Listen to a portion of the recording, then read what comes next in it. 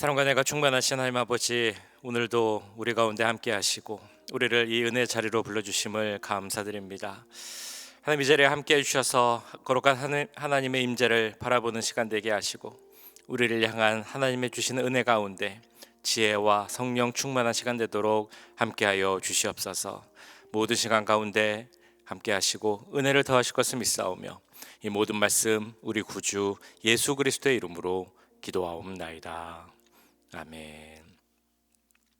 찬송가 353장 함께 찬양하시겠습니다. 353장 십자가 권병되어서 찬양드립니다. 십자가 군병되어서 예수를 따를 때 무서워하는 마음으로 주 모른 채 할까. 나의 주 그리스도 나를 속량했으니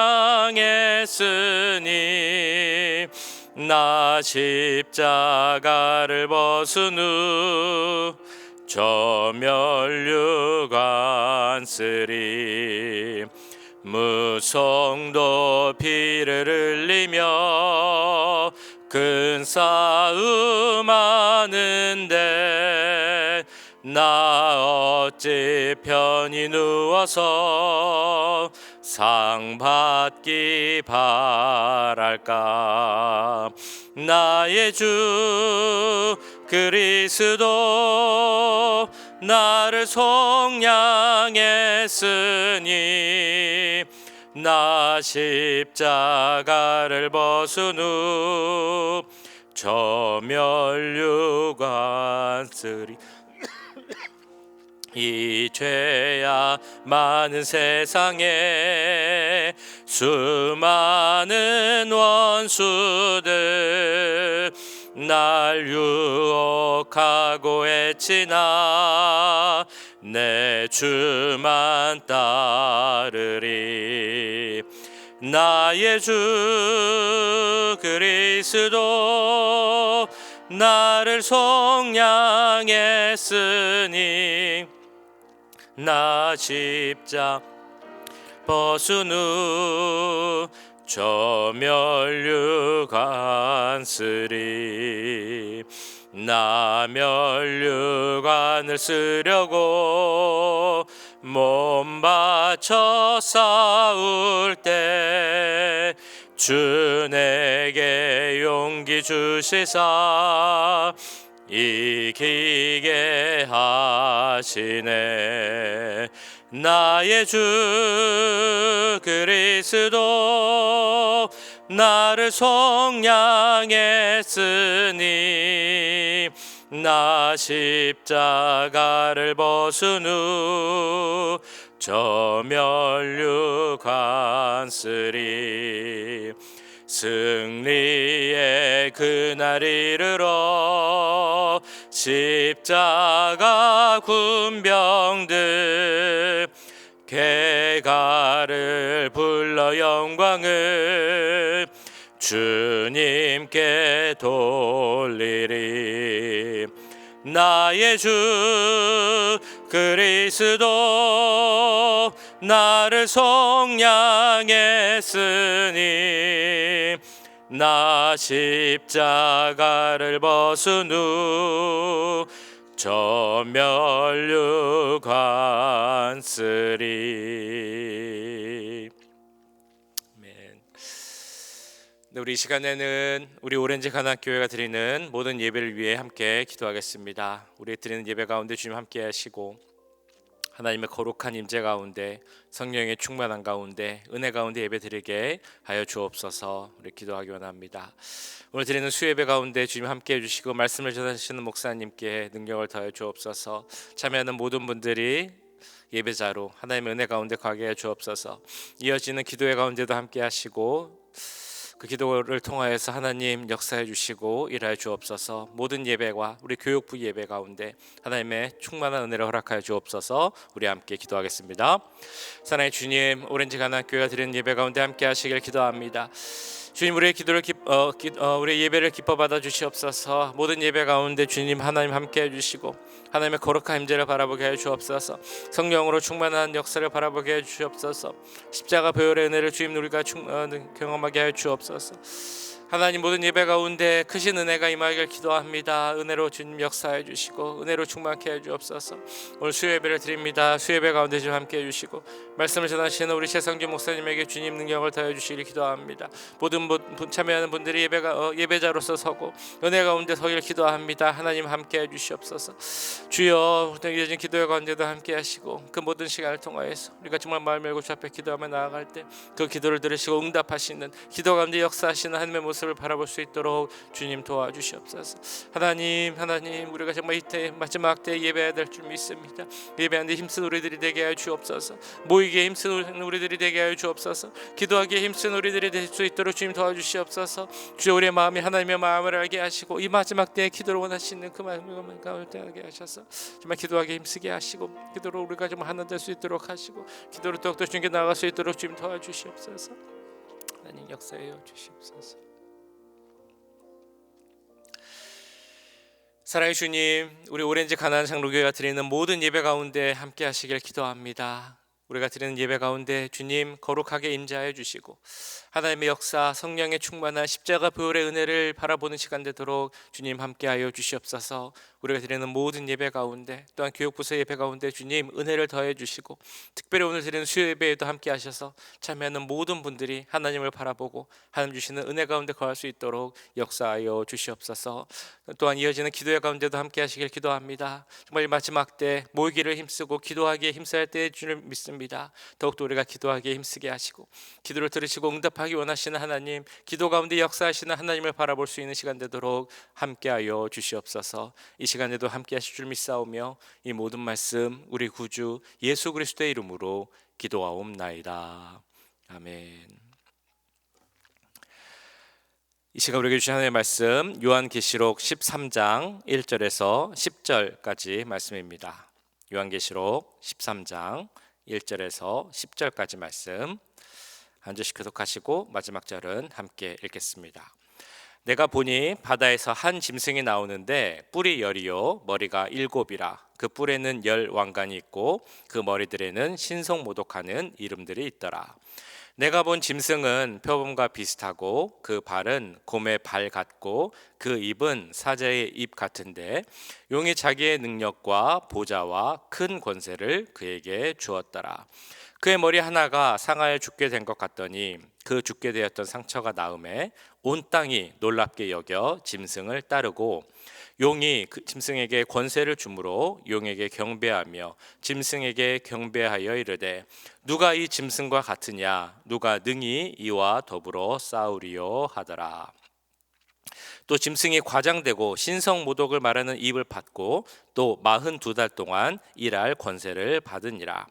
짐승이 입을 벌려 하나님을 향하여 비방하되 그의 이름과 그의 장막 곧 하늘에 사는 자들을 비방하더라. 또 권세를 받아 성도들과 싸워 이기게 되고 각 족속과 백성과 방언과 나라를 다스리는 권세를 받으니 죽임을 당한 어린 양의 생명책에 창세 이후로 이름이 기록되지 못하고 이 땅에 사는 자들은 다 그 짐승에게 경배하리라. 누구든지 귀가 있거든 들을지어다.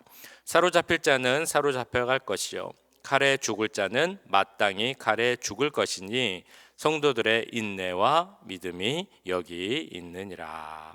아멘. 네, 오늘 요한계시록 13장 본문은 1절에서 10절까지 말씀인데요. 오늘은 좀 그 13장 전체 18절까지 내용도 좀 같이 보도록 하겠습니다.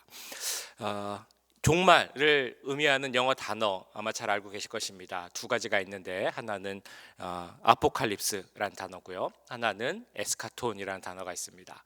아포칼립스라는 단어는 이 세상의 어떤 큰 전쟁, 3차 세계대전 이런 것들이 와서 어떤 인간의 관점에서 세상이 멸망하고 종말한다는 의미가 더 큰 단어가 아포칼립스입니다. 그의 반해서 에스카톤이라는 단어 역시 종말이라는 그 뜻을 갖고 있지만 세상의 끝이 아니라 단순히 세상이 끝나는 것이 아니라 또한 새로운 시작이 된다라는 의미가 있는 것이 에스카톤이라는 단어입니다. 조금 더 기독교적인 관점이라고 할 수 있겠죠. 세상에 악에 대한 심판이 이루어지고 모든 것이 정결해진 다음에 하나님께서 주인 되시는 새 하늘과 새 땅이 시작될 것이다 라는 것이 포함된 단어가 바로 에스카톤이라는 단어입니다. 자, 이런 이 세상의 종말, 심판, 그리고 새로운 시작을 보여주기 위해서 요한계시록은 그 마지막 심판의 때에 일어날 일들을 많은 그림 혹은 비유를 통해서 나타내고 있습니다. 그런데 이런 그림, 어떤 상징 이런 것들을 하나하나 다 이해하려고 하기보다는 그런 비유와 그림, 이야기들이 나타내고 있는 전체적인 메시지를 아는 것이 중요하다라고 이제 계속 말씀을 드리고 있는데요.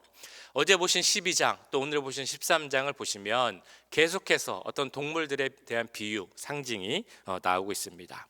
12장에서는 용, 붉은 용에 대한 이야기가 나왔고, 오늘은 그 이제 1절 2절에서부터 바다에서 한 짐승이 올라오는데 아주 좀 특이하고 어떻게 보면 좀 기괴한 그런 짐승의 모습이 그려지고 있습니다. 내가 보니 바다에서 한 짐승이 나오는데 뿔이 10이요 머리가 7이라. 그 뿔에는 10 왕관이 있고 그 머리들에는 신성모독하는 이름들이 있더라. 내가 본 짐승은 표범과 비슷하고 그 발은 곰의 발 같고 그 입은 사자의 입 같은데 용이 자기의 능력과 보좌와 큰 권세를 그에게 주었더라. 이 말씀처럼 바다에서 한 짐승이 이제 나왔는데 이 붉은 용, 어제 보셨던 용이 이 바다에서 나온 짐승에게 권세를 주었다라고 이제 나옵니다. 그런데 이제 그 다음 말씀인 11절을 보시면 땅에서 또 한 짐승이 올라온다라고 이제 나옵니다. 그런데 이 세 짐승은 서로 연결이 되어 있습니다. 용과 바다에서 올라온 짐승, 또 땅에서 나온 짐승. 이 용은 어제 보신 것처럼 이제 뱀이자 사탄이자 마귀를 이제 의미합니다. 그런데 2절에도 나왔고 이제 또 4절에도 나오지만 이 용이 이 바다에서 올라온 짐승에게 큰 보좌와 권세를 주었다라고 이제 말씀합니다. 4절을 다시 보시면요, 용이 짐승에게 권세를 주므로 용에게 경배하며 짐승에게 경배하여 이르되 누가 이 짐승과 같으냐, 누가 능히 이와 더불어 싸우리요 하더라. 이 짐승이 큰 권세를 갖고 있었다라고 말합니다. 그래서 6절에도 나오지만 이 짐승은 하나님 그리고 그 이름 그리고 하나님이 계시는 장막을 비방할 뿐만 아니라 이 땅을 다스리는 권세까지도 받았다라고 나옵니다. 그래서 우리가 보통 말하기를 이 바다에서 나온 짐승이 땅을 다스리는 그 권세를 받았고, 그래서 이 바다에서 나오는 짐승을 예배하게 하는, 그러니까 속여서 섬기게 하는 그런 거짓 선지자의 역할을 하는 것이 바로 이 땅에서 나오는 짐승의 역할이다라고 말을 합니다. 그래서 보통 우리가 이 바다에서 나온 짐승을 말할 때 그리스도를 대적하는 존재, 보통 우리가 말하는 적 그리스도를 의미한다라고 이야기를 하고요. 이 땅에서 올라온 짐승은 그 적 그리스도를 돕는 거짓 선지자 혹은 하수인, 그래서 사람들을 속이고 죄 가운데 타락시키는 그런 역할을 하는 것을 상징하는 것이 바로 이 땅에서 올라온 짐승이다라고 말을 합니다. 자, 그러면 이 바다에서 나온 짐승 혹은 땅에서 올라온 짐승들이 상징하는 거짓 선지자, 마지막 때에 우리를 타락시키려고 하는 그리스도를 대적하는 존재가 마지막 때에 사람들을 미혹하고 유혹시키기 위해서 행하는 그 모습이 어떤 것이 있겠습니까? 그들이 행하는 가장 중요한 것은 바로 하나님을 모방하는 일입니다. 자기들도 하나님처럼 할 수 있다. 마치 그 뱀이 하와를 속인 것처럼 우리도 하나님처럼 될 수 있다라고 말하는 것이 그들이 사람들을 속이는 가장 큰 중요한 방법입니다. 우선 겉모습부터 위장을 하죠. 그래서 11절을 보시면 이렇게 나옵니다. 내가 봄에 또 다른 짐승이 땅에서 올라오니 어린 양같이 두 뿔이 있고 용처럼 말을 하더라. 그 모습부터가 어린 양처럼 생겼다라고 말합니다. 어린 양은 아니지만 어린 양처럼 생겼다, 비슷하게 생겼다라고 강조합니다. 그 겉모습으로 사람들을 속이기 위해 내가 그리스도처럼 생겼다라고 모방하고 있다라는 그런 의미입니다. 그래서 어린 양의 모습으로 가장해서 정말 죄 없고 순진하며 온유한 모습을 그렇게 그리고 있는 것입니다. 그러나 실상 그 모습은 거짓 선지자이고 가짜 종교 지도자의 모습입니다. 뿐만 아니라 그들은 자신들도 하나님처럼 할 수 있는 능력을 가졌다라고 말을 합니다. 단순한 기적, 눈에 보이는 그런 기적으로 끝나는 것이 아니라 하나님이 할 수 있는 일을 우리도 할 수 있다라고 모방하며 속이고 있는 것입니다. 그래서 13절 말씀을 보시면 사람들 앞에서 불이 하늘로부터 땅에 내려왔다라는 말씀이 있습니다. 큰 이적을 행하되 심지어 사람들 앞에서 불이 하늘로부터 땅에 내려오게 하고. 불이 하늘로부터 땅에 내려왔다라고 하면 누가 생각나십니까? 엘리야 선지자가 생각이 나죠. 그 엘리야 선지자가 했던 일은 하나님만이 불을 이 땅에 내릴 수 있다라는 것을 보여준 그런 모습이었습니다. 그런데 이 마지막 때 그 용으로부터 권세를 받은 거짓 선지자들은, 그리고 적그리스도는 그때가 되면 이 하나님이 행한 일을 자기들도 할 수 있는 것처럼 보이게 한다는 것입니다. 그래서 그것만 보면 그들이 대단한 사람처럼 보일 수 있고 진짜 선지자처럼 보일 수 있다는 것입니다. 그러나 그들은 거짓 선지자요 사단의 무리일 뿐이지요. 뿐만 아니라 15절을 보면 더 큰 일이 나옵니다. 우상에게 생기를 부여할 수 있는 능력이 있다라고도 나오고 있습니다. 그가 권세를 받아 그 짐승의 우상에게 생기를 주어 그 짐승의 우상으로 말하게 하고 또 짐승의 우상에게 경배하지 아니하는 자는 몇이든지 다 죽이게 하더라. 여기서 말하는 생기, 우리 창세기에서 하나님께서 사람을 만드시고 그 코에 생기를 불어넣었다라고 하는 그 단어와 같은 단어입니다. 그러니까 이 거짓 영, 사단의 영은 하나님의 창조 행위까지도 모방하며 내가 이런 것까지도 할 수 있다라고 그것을 보여주려고 합니다. 하나님을 모독하고 인간을 속이려 한다는 것입니다. 마치 자신들이 생명의 창조자라도 되는 것처럼 하나님의 영광을 가로채려는 모습을 나타내고 있습니다. 그러면서 마지막으로 나타내는 것이 바로 666이라고 알고 있는 그 말씀입니다. 그래서 16절부터 18절까지 나오는데요. 그 내용을 이제 말씀드리면 이런 내용입니다. 마지막 때가 되면 사람들에게 오른손이나 이마에 표를 받게 한다라는 것입니다. 그런데 그 표는 짐승의 이름 혹은 그 이름의 수다라고 나와 있고 그 이름의 수를 세어보면 666이다라고 이제 나오고 있습니다. 그런데 666이라는 것을 우리가 많이 들었고 참 관심이 많은 것인데 우리가 666을 어떻게 이해를 해야 되냐면 이건 역시 그 사단의 하나님의 모방 행위 중에 하나다라고 이해를 하시면 좋을 것 같습니다. 우리가 7장에서 보셨던 것처럼 하나님께서 그 선택하신 백성을 보여주시기 위해서 하신 모습이 있습니다. 그것은 바로 자신들의 백성에게 인쳤다라는 그 내용입니다. 그렇게 인을 표시함으로써 이 자들은 내 것이다, 내 백성이다라는 그 소유됨을 나타냈습니다. 그런 하나님의 행위를 모방하고 있는 것입니다. 이마나 오른손에 666이라는 표를 줘서 이 자들이 그 사탄의 소유다, 그들에게 종속되었다라는 표시를 남기고자 하는 것입니다. 자, 그래서 사실 잘 아시겠지만 우리가 666이 무엇인가라는 관심이 많았고 누구를 가리키고 있는가라는 정말 여러 가지 해석이 있었습니다. 그런 해석이 나온 이유를 간단하게 말씀드리면 이런 것이죠. 히브리어나 그 헬라어에는 그 알파벳 모든 것에는 숫자가 있습니다. 그래서 그 단어를 이제 다 숫자가 있으니까 알파벳에 그것을 단어로 보면 어떤 숫자가 되죠. 그래서 반대로 이 숫자가 나타내는 어떤 단어를 만들 수 있을까라는 것을 우리가 생각을 해볼 수 있다는 겁니다. 그것을 게마트리아라고 하는데요. 그래서 이 숫자가 나타내는 단어 혹은 이름이 무엇일까라는 것을 많은 사람들이 시도해 봤습니다. 로마의 황제로부터 역사상 많은 악명 높은 이름이 이제 거론되기도 했습니다. 자, 그런데 17절을 보시면 이런 말씀이 있죠. 이 표를 받은 사람만 매매할 수 있었다라는 말씀입니다. 그 말은 어떤 의미냐면 그 당시에 로마 황제 숭배, 그러니까 우상 숭배에 참여한 사람만이 시장에 가서 물건을 사고 팔 수 있는 행위, 그러니까 매매를 할 수 있었던 것이 그 당시에 로마 시대의 상황이었습니다. 그러니까 이런 그 당시의 시대 상황을 고려해 보면 666이라는 숫자는 아마도 1차적으로는 그 기독교를 탄압했던 로마의 황제, 네로나 도미티안, 혹은 그 탄압했다고 하는 7황제 중에 한 명 정도로 이제 볼 수도 있습니다. 근데 중요한 것은 이 666이 가리키는 사람이 누구냐, 이것을 우리가 알아가는 것보다 중요한 것은 이 666이 나타내는 의미와 목적을 아는 것이 중요하겠죠. 이 666이라는 숫자는 그 말씀에 나온 것처럼 사람의 숫자라는 것입니다. 그리고 더 나아가서 사탄이 만들어낸 숫자입니다. 우리가 알고 있는 것처럼 성경에서 말하는 하나님의 완전한 숫자가 있습니다. 그것은 바로 7이라는 숫자입니다.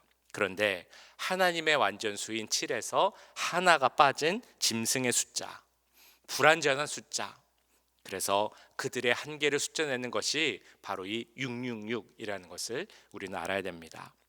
그리고 이 666이라는 표를 통해 사탄이 나타내고자 하는 목적, 즉 하나님의 백성들을 속여서 자신들의 소유, 사탄의 백성으로 삼으려고 하는 그들의 목적이 있다는 것을 우리는 깨달아야 할 것입니다. 자, 이처럼 마지막 때가 되면 사탄은 큰 권세를 받고 하나님을 모방하며 우리를 속이려 하고 있습니다. 이 마지막 때에 이 말씀들을 보면서 우리가 알고 깨달아야 하는 내용은 무엇이겠습니까? 마지막 때 우리에게 더욱 필요한 것이 바로 무엇이 참이고 무엇이 거짓인지, 어떤 것이 사탄의 목적인지를 알아가는, 분별할 수 있는 그 분별의 영, 지혜의 능력이 필요하다라는 것입니다. 마지막 18절에서도 지혜 있는 자 혹은 총명한 자는 그 숫자를 세어보라라고 말씀합니다. 그냥 문자적으로만 보면 그 이름이 무엇인지, 뜻이 무엇인지 확인해 보라라는 그런 의미겠지만, 이 말을 적용해 보자면 사단의 거짓 그리고 유혹함을 분별하는 분별의 영이, 거짓 선지자를 알아볼 수 있는 지혜의 영이 우리 가운데 너무나 필요하다라는 것을 깨달아야 한다라는 것을 말씀하고 있는 것입니다. 거짓 선지자가 어떤 모양으로 온다고 말씀드렸습니까? 어린 양의 모습으로 온다고 말씀드렸습니다. 정말 그럴듯한 모습으로 옵니다. 그러면서 이적을 모방합니다. 겉으로 보기엔 너무나 그럴듯합니다. 진짜 같습니다. 그런데 이에 속지 않고 하나님의 뜻을 분별하며 알아가는 것이 너무나 중요한 시기입니다. 그래서 신명기 13장을 보시면 이렇게 말씀합니다. 너희 중에 선지자나 꿈꾸는 자가 일어나서 이적과 기사를 내게 보이고 내게 말하기를 내가 본래 알지 못하던 다른 신들을 우리가 쫓아 섬기자 하며 이적과 기사가 그 말대로 이룰지라도 너는 그 선지자나 꿈꾸는 자의 말을 청종치 말라. 이는 너희 하나님 여호와께서 너희가 마음을 다하고 성품을 다하여 너희 하나님 여호와를 사랑하는 여부를 알려하사 너희를 시험하심이니라. 사단은 거짓의 아비라고 합니다.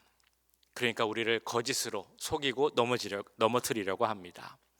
그런 거짓의 영에 넘어가지 않는 것이 너무나 중요한 때입니다.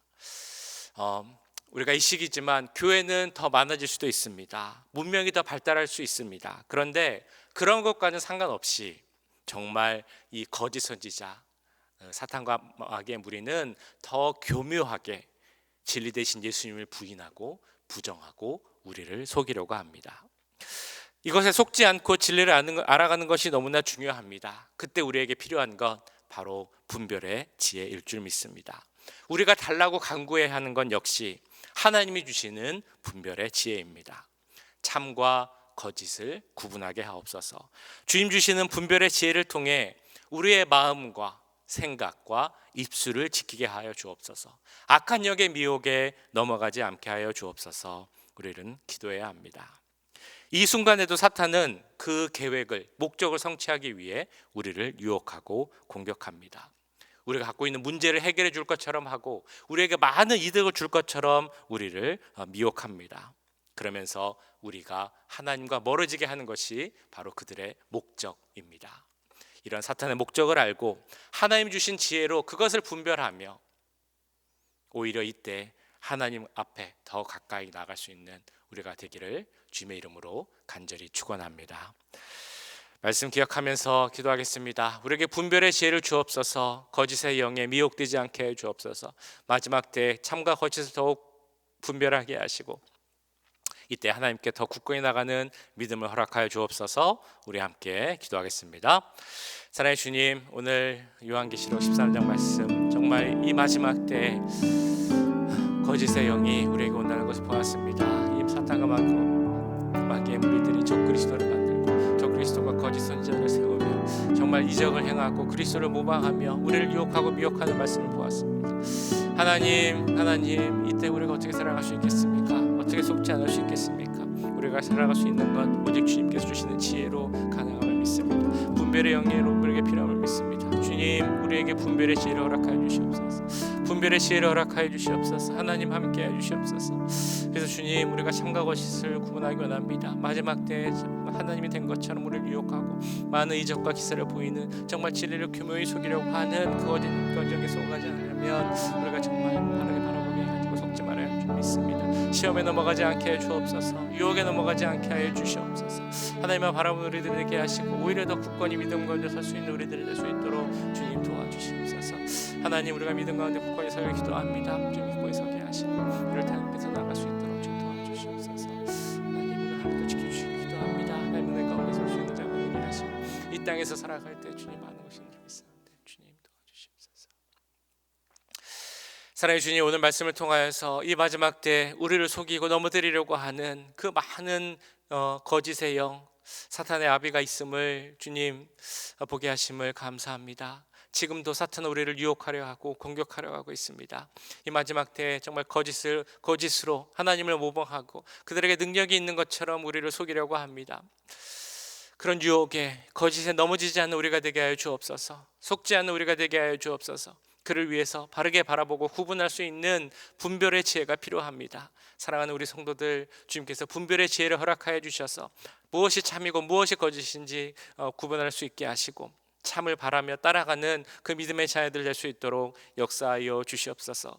지금도 우리를 공격하고 넘어뜨리려 하고 있는 이 세상을 속이려고 하고 있는 그 많은 거짓의 세력들 주님께서 대적하여 주시고 우리에게 주시는 온전한 승리 가운데 설 수 있도록 역사하여 주시옵소서.